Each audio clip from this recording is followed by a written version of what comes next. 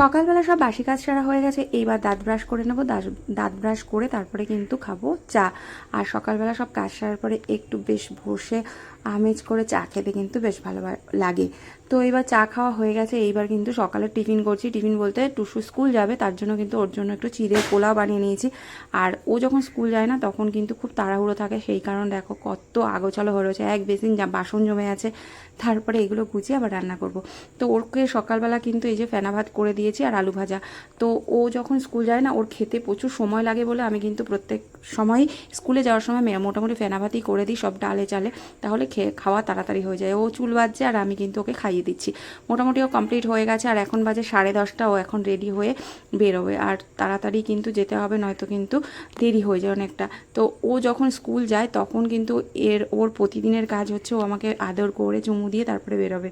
তো এটা বরাবরই ছোটোবেলা থেকেই কিন্তু এই কাজটা করে। তো সব কিছু তো আর তোমাদের সাথে শেয়ার করা হয় না, ভাবলাম চলো শেয়ার করি। তো টুসু তো স্কুল চলে গেছে।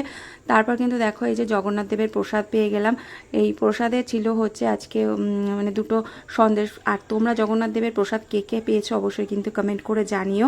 আর কি কি মানে প্রসাদ তো মোটামুটি সবাইকে একই রকম হয়তো দিয়েছে। তো এই যে দুটো সন্দেশ, একটা সন্দেশ আর একটা কিন্তু গজা, এই ছিল প্রসাদের মধ্যে। আর সবাই একবার হলেও বলো জয় জগন্নাথ। সব ঠাকুর যেন সবাইকে ভালো রাখে, সুস্থ রাখে, এটাই ভগবানের কাছে কামনা করব। আর এই যে রয়েছে প্রসাদ। এইবার চলো, এবার প্রসাদ খেয়ে তারপরে কিন্তু যাবো দুপুরে রান্না করতে। আর দুপুরের রান্না মোটামুটি কমপ্লিট হয়ে গেছে, এবার খাওয়া দাওয়া করতে বসে গেছি। আর আজকে মানে দুপুরে রান্না ছিল ডিম কষা আর পাটপাতা দিয়ে ডাল আর পটল ভাজা আর উচ্ছে ভাজা। তো আমি আর বাবা খেতে বসেও পড়েছি। তো চলো, আমার মিনি ব্লগটা তোমাদের কেমন লাগলো অবশ্যই কমেন্ট করে জানিও।